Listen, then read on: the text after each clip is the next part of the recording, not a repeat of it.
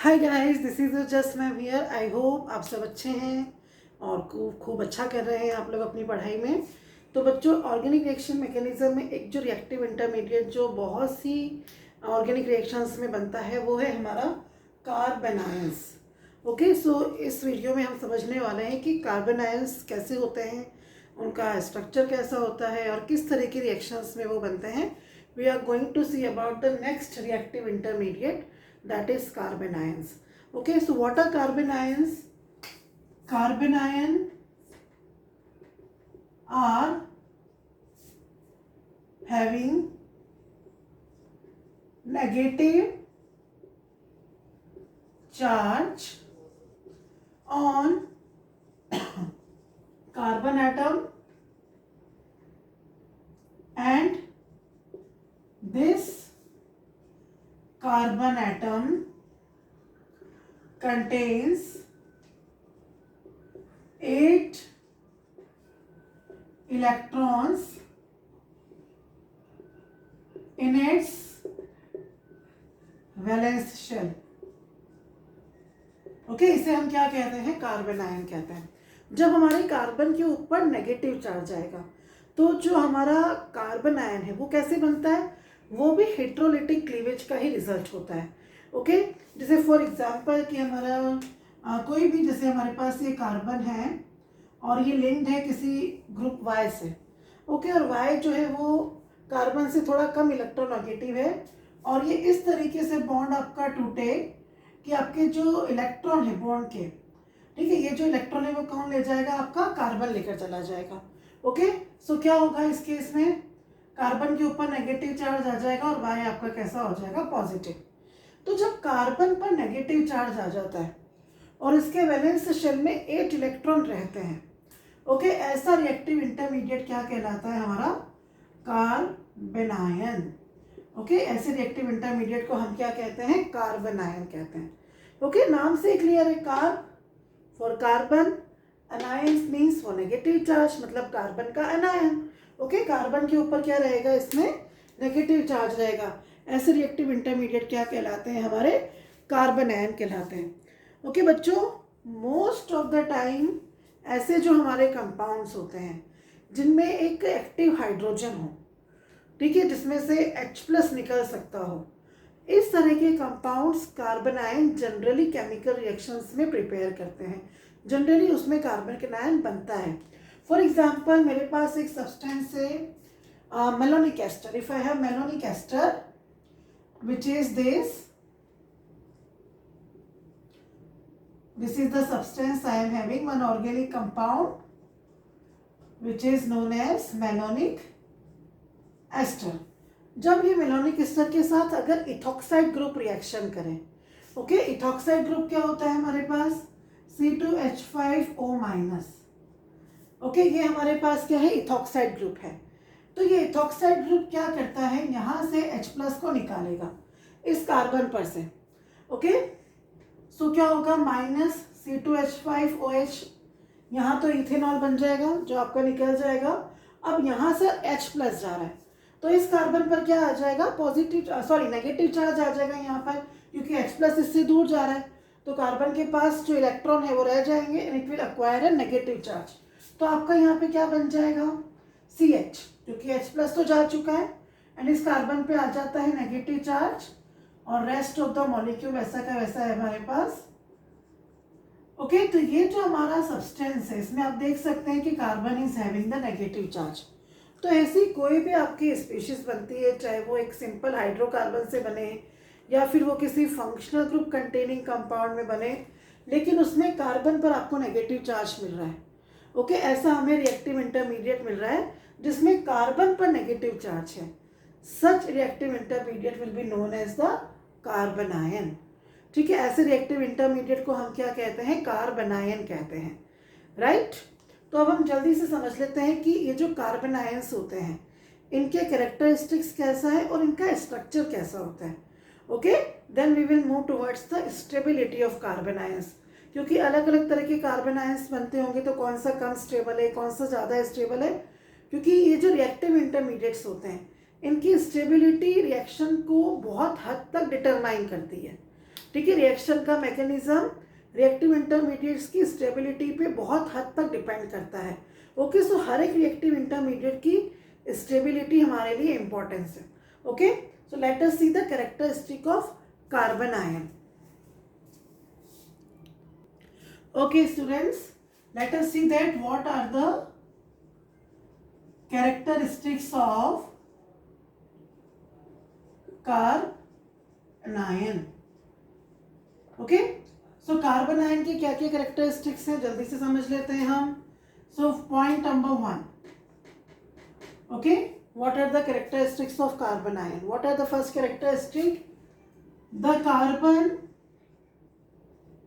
carrying negative charge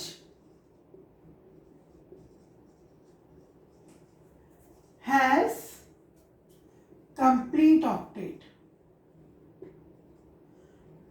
okay, उसके पास valence shell में 8 electrons होते हैं। जिस कार्बन पर हमारे पास नेगेटिव चार्ज रहेगा ना, वो कार्बन का ऑक्टेट कंप्लीट रहेगा, it will have the complete octet. Next, the carbon ion behaves as an electron donor or nucleophile। Nucleophile means, अब कार्बन आयन में हमारे पास क्या, हमने देखा कि जो कार्बन है उस पर नेगेटिव चार्ज रहेगा, तो ये नेगेटिव चार्ज होने की वजह से ये इलेक्ट्रॉन डोनेट करना चाहता है। ओके, ये क्विकली क्या करेगा, किसी पॉजिटिव चार्ज की तरफ अट्रैक्ट होगा। न्यूक्लियोफाइल का मतलब है कि पॉजिटिव चार्ज को चाहने वाला। Okay, so due to this negative charge it will getting attracted towards the positive charge, तो ये एक न्यूक्लियोफाइल की तरह वहाँ पर क्या करता है, बिहेव करता है। थर्ड कैरेक्टरिस्टिक जो हमें कार्बन आयन का स्ट्रक्चर बताता है, what is this? The carbon bearing negative charge is sp3 hybridized। ठीक है, जिस कार्बन पर नेगेटिव चार्ज होता है उसका हाइब्रिडाइजेशन क्या रहेगा, sp3 रहेगा।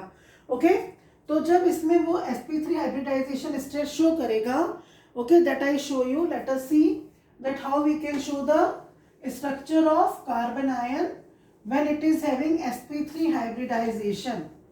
Okay, so let us see students, quickly I just clean the board and then we will see। So let us see the sp3 hybridized carbon atom। Okay, so it is the carbon and we know the geometry of sp3 hybridized carbon, that is tetrahedral, right? Okay, so 4 orbitals of sp3, so out of 4 orbitals 3 will be involved in the sigma bonding with the other 3 groups। okay, so these are the 3 orbitals। okay, and the 4 orbitals they will be containing the negative charge। okay, so due to the presence of 2 electrons or a pair of electron in the 4th orbital, the geometry is not regular tetrahedral, no, it becomes somewhat pyramidal like ammonia, क्योंकि वहाँ पे एक pair of electron है ना। Regular geometry कब show करता है कोई भी सब्सटेंस, जब हमारे सेंट्रल एटम के आसपास चारों आइडेंटिकल बॉन्ड होते हैं। Okay, that is the regular geometry. जैसे कि हमारे जो मीथेन की होती है ना, that is the regular tetrahedral geometry, no.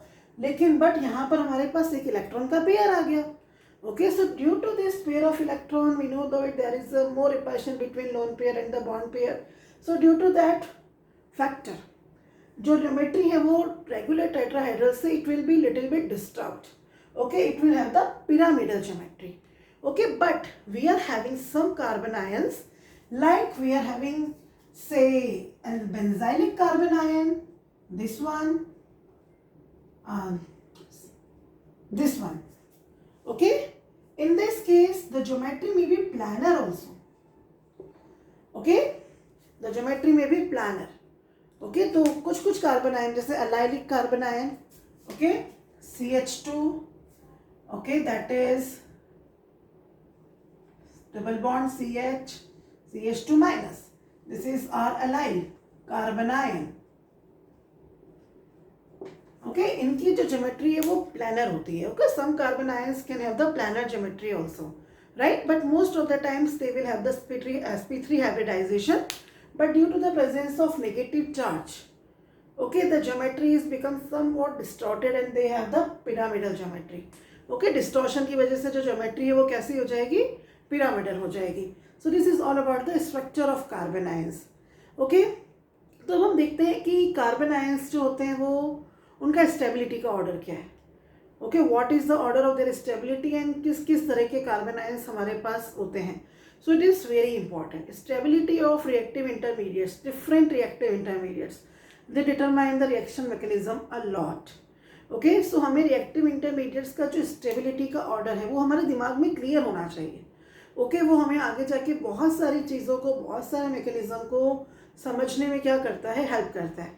Okay तो जल्दी से हम देख लेते हैं कि what is the order of stability of different type of carbanions. So students, when we talk about the stability of carbanions, okay, so let us first talk about the simple carbon ions. Like if I have methyl carbon ion, simple methyl group is having the negative charge, and if I have ethyl, then CH3CH2, and it is 1 degree carbon ion, primary. Okay, I had already told you during carbocation that this type of group in which carbon is having 1 carbon behind और 2 hydrogen उसके पास होते हैं, इसे हम क्या कहते हैं, primary और 1 डिग्री, राइट.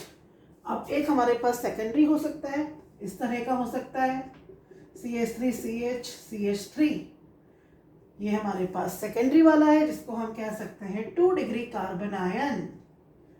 ओके ये हमारा क्या होगा, 2 डिग्री कार्बन आयन. एक हमारा हो सकता है टर्शियरी वाला. दिस इज जब हमारा कार्बन के आसपास सब कार्बन होंगे, हाइड्रोजन एक भी नहीं रहेगा, उसको हम क्या कहेंगे, टर्शियरी वाला. This is 3 degree carbon ion और टर्शियरी. तो अब इसमें से सबसे ज़्यादा स्टेबल कौन होगा, which will be the most stable. Okay so the stability factor will be govern by inductive effect. ठीक है, स्टेबिलिटी का जो ऑर्डर है ना वो कौन गवर्न करेगा, इंडक्टिव इफेक्ट. सो इन चारों में जो स्टेबिलिटी का ऑर्डर है वो क्या है, this is the order of stability. Okay methyl carbocation is most stable, then primary, then secondary, and the tertiary is the least stable. And if it is the order of stability, then the order of reactivity will be of course opposite. ठीक है, जो ज़्यादा stable है वो reactive कम होगा और जो कम stable है वो ज़्यादा रिएक्टिव होगा. ओके तो अब ऐसा ऑर्डर क्यों, why this so. Okay so the reason is plus I effect of R group. ठीक है, जो रीजन है वो कौन है, plus I effect R group का, वो यहाँ पर हमारा रीजन है. कैसे है वो हमारा रीजन, क्योंकि इसमें ये देखो यहाँ से एक मिथाइल ग्रुप अपने इलेक्ट्रॉन इस कार्बन पर शिफ्ट करेगा. Okay it is shifting electron towards it's this carbon atom which is carrying negative charge. Okay क्योंकि हमको पता है कि जो एल्काइल ग्रुप है उसका जो इंडक्टिव इफेक्ट है वो कैसा होता है, पॉजिटिव. वो अपने ही इलेक्ट्रॉन को दूर धकेलता है, right. And if we look at the secondary one, then you can see that कि यहाँ पे दो तरफ से इंडक्टिव इफेक्ट लग रहा है. ओके तो दो तरफ से इलेक्ट्रॉन की डेंसिटी हमारे नेगेटिवली चार्ज कार्बन पर आती है.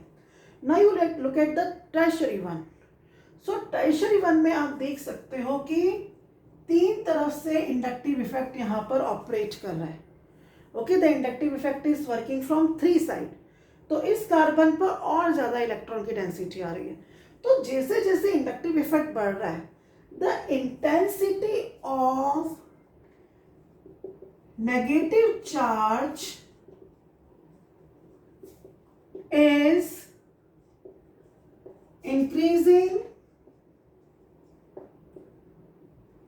with increasing number of alkyl groups. Okay alkyl groups बढ़ने के साथ साथ आपका जो कार्बन है उस पर नेगेटिव चार्ज इंटेंस होता जा रहा है ना, उसका जो क्लाउड है वो बढ़ता जा रहा है.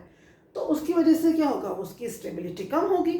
अब वो नेगेटिव क्या बोलेगा कि I am very intense, I require positive to do reaction, right. Okay, तो क्या होगा, टर्शरी वाला आपका सबसे कम स्टेबल हो जाएगा एंड प्राइमरी वाला ज़्यादा स्टेबल है, उससे भी ज़्यादा स्टेबल हमारा मिथाइल कार्बोकेटायन होगा। Okay, so this is the order of carbocation in simple aliphatic chain. Okay, कुछ कार्बोकेटायन हमारे काफ़ी स्टेबल होते हैं ड्यू टू रेजोनेंस। ठीक है, दो हमारे कार्बोकेटायन से जो काफ़ी स्टेबल है, कार्बन आयन सॉरी, ठीक है, दो कार्बन आयन्स हमारे काफ़ी स्टेबल हैं and that is due to resonance. What are these two carbanions? अभी मैंने आपको बताया था allyl and benzyl. Okay, allylic and benzylic carbanions are very stable because of resonance present in them. So let us see how they are stable. Okay, how they are stable due to resonance. So let us see about them. Okay. Okay dear students, so जल्दी से हम देखते हैं कि how allyl and benzyl carbon ions are stable due to resonance. तो allylic group जो हमारा है allyl carbanion which is this. Okay, ये हमारा कौन सा कार्बन आयन है? Allyl carbanion, right. So इसमें मिलेगा हमें resonance. The next resonating structure will be, okay, that can be easily drawn. So this is the next resonating structure as you can see. Okay, तो resonance की वजह से allyl carbocation ion हमारा काफी stable है। Okay, due to resonance. Same thing is happening with the benzyl. So let us see the resonating structures of benzyl carbon ion. Okay, हमारा benzyl carbon ion क्या होगा?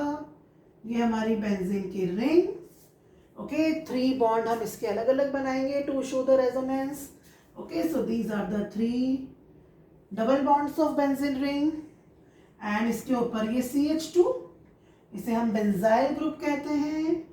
और जब हमारे बेंजाइलिक कार्बन पर नेगेटिव चार्ज आएगा, it will become benzyl carbanion. Okay, so it has become the benzyl carbanion. So now it will be stabilized by resonance. Okay, it will be quite stabilized by the resonance. Let us see, ये जो negative charge है वो यहाँ move करेगा, इस carbon की valency 5 हो जाएगी जो कि पॉसिबल नहीं है। So these pi electrons will delocalize on this carbon atom. Okay, so you can easily draw the next resonating structure over here. यहाँ पर आ जाता है हमारा डबल बॉन्ड, राइट। इस कार्बन पर आ गया हमारे इलेक्ट्रॉन का पेयर और ये दोनों पाई बॉन्ड वैसे के वैसे। उसके बाद ये जो दोनों इलेक्ट्रॉन है इन्होंने घूमना चालू कर देना है रिंग में। Okay, they will become delocalised and they will start revolving in the ring. ये इधर आ जाएंगे और ये इधर आ गया इलेक्ट्रॉन। तो नेक्स्ट रेजोनेटिंग स्ट्रक्चर हमारा क्या बन जाएगा? यहाँ पे डबल बॉन्ड CH2 वैसा का वैसा, यहाँ डबल बॉन्ड, यहाँ नेगेटिव चार्ज और यहाँ double bond. Okay, similarly next structure में ये इलेक्ट्रॉन पेयर यहाँ पर, ये यहाँ पर हमारा आ गया। ओके, और नेक्स्ट स्ट्रक्चर हमारा क्या बनने वाला है? This is, right, this is the next structure. Ultimately जो हमारा फाइनल रेजोनेटिंग स्ट्रक्चर है वो बन जाएगा। ओके, तो ये हमारा फाइनल रेजोनेटिंग स्ट्रक्चर बन चुका है। तो आप देख सकते हैं कि benzyl carbon ion resonance show करता है बहुत हद तक। तो ड्यू टू दिस रेजोनेंस ये काफ़ी स्टेबल है। Okay, so due to resonance हमारे allylic and benzylic carbanion they are becoming quite stable. Okay, this is the reason behind the stability. Moreover, the stability of this benzyl carbon ion is affected by the group attached to it. Okay, मतलब अगर इसके साथ कोई electron withdrawing group लगा है, जैसे for example मेरे पास ये बेंजाइल कार्बन आयन है और यहाँ पर एक NO2 ग्रुप लगा है, ठीक है, which is electron withdrawing group. NO2 क्या करता है? इलेक्ट्रॉन पुल करता है, इसका इंडक्टिव इफेक्ट नेगेटिव है।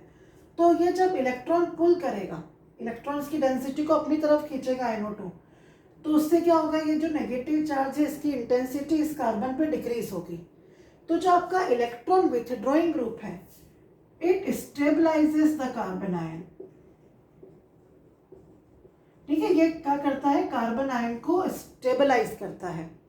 ऑन द अदर एंड अगर हमारे पास इलेक्ट्रॉन डोनेटिंग ग्रुप अटैच है। जैसे फॉर एग्जांपल ये हमारा बेंजाइल कार्बन आयन है और यहाँ पर इससे CH3 ग्रुप अटैच है विच इज़ इलेक्ट्रॉन डोनेटिंग। उस केस में क्या होता है, ये नेगेटिव चार्ज की इंटेंसिटी और इंक्रीज कर देगा क्योंकि ये इलेक्ट्रॉन उसकी तरफ धकेलेगा। Okay, so due to increase in the intensity of negative charge ये क्या करता है, डीस्टेबलाइजेस द कार्बन आयन। सो ये भी आप ध्यान रखेंगे कि अगर आपके बेंजाइल कार्बन आयन पर if there is electron withdrawing group तो कार्बन आयन और ज़्यादा स्टेबल होगा। Okay, and if there is electron donating group then carbanion की जो स्टेबिलिटी है वो कम होगी। Okay, so this are the factors which are affecting the stability of different carbanions. Okay, so now we can see some order of the carbon ions on the basis of stability. So let us see the order. Okay, so students, let us see the order of stability of different carbon ions. Okay, so if we see 1A portion, I'll show you. So this triphenyl carbon ion, okay, it will be the most stable, of course, due to very much high resonance. Okay, then secondary phenyl, this one, it will be the more stable. Then your benzyl, C6H5CH2 minus, okay, it will be the stable one. And फिर इससे थोड़ा सा कम stable होता है allyl. Okay okay, तो ये इससे थोड़ा सा कम स्टेबल है बेंजाइल वाले से। Then our order will be, इससे कम होता है हमारा मिथाइल, मिथाइल से हमारे पास कम होता है इथाइल, CH3CH2, और उससे थोड़ा कम स्टेबल हो जाएगा हमारा आइसोप्रोपाइल, सेकेंडरी वाला। ओके, और सबसे कम स्टेबल हो जाएगा हमारा टर्शरी वाला। ठीक है, ये हमारा सबसे लीस्ट स्टेबल कार्बन आयन हो जाएगा। ओके, और अगर हम देखें कि अगर बेंजाइल कार्बन आयन पे सब्स्टिट्यूशन होता है तो क्या होगा, जैसे ये आपका बेंजाइल कार्बन आयन है, अगर मैं इसको यहाँ पे ड्रॉ करूँ CH2 और यहाँ पे माइनस चार्ज, और यहाँ पर अगर NO2 लगा है तो it will be more stable as compare to simple benzyl one. Okay, it will be more stable as compared to simple benzyl one. Okay, then इससे थोड़ा सा कम स्टेबल कौन होगा, जब इस पर कोई इलेक्ट्रॉन डोनेटिंग ग्रुप अटैच हो जाएगा, for example methyl. Okay, so when we attach methyl group, okay, space थोड़ा सा यहाँ पर सही करते हैं, CH3 और ये CH2 माइनस, तो इसकी स्टेबिलिटी क्या होगी, डिक्रीज हो जाएगी क्योंकि ये इलेक्ट्रॉन डोनेटिंग ग्रुप है, तो ये नेगेटिव चार्ज की इंटेंसिटी को क्या करेगा, बढ़ा देगा। इससे भी कम स्टेबल हो जाएगा हमारा, अगर यहाँ पर आपका अल्कोक्सी ग्रुप लगा है, मिथॉक्सी, जिसका इलेक्ट्रॉन डोनेटिंग नेचर थोड़ा सा ज़्यादा है, तो ये वाला हो गया उससे भी कम स्टेबल। तो सब्स्टिट्यूशन से भी क्या होता है, जो आपका बेंजाइल कार्बन आयन है उस पर बहुत असर पड़ता है। Okay, benzyl carbon ion, its stability is affected by substitution also. Okay, one more factor students there we have to keep in the mind, the stability of carbon ion depends on the hybridized state of carbon also. So let us see students that how hybridized state of carbon affects the stability of carbon ion. For example, I have three types of carbon ions. First is this one. Okay, this is the first. In this the carbon is sp hybridized, all of you know. This is the second one.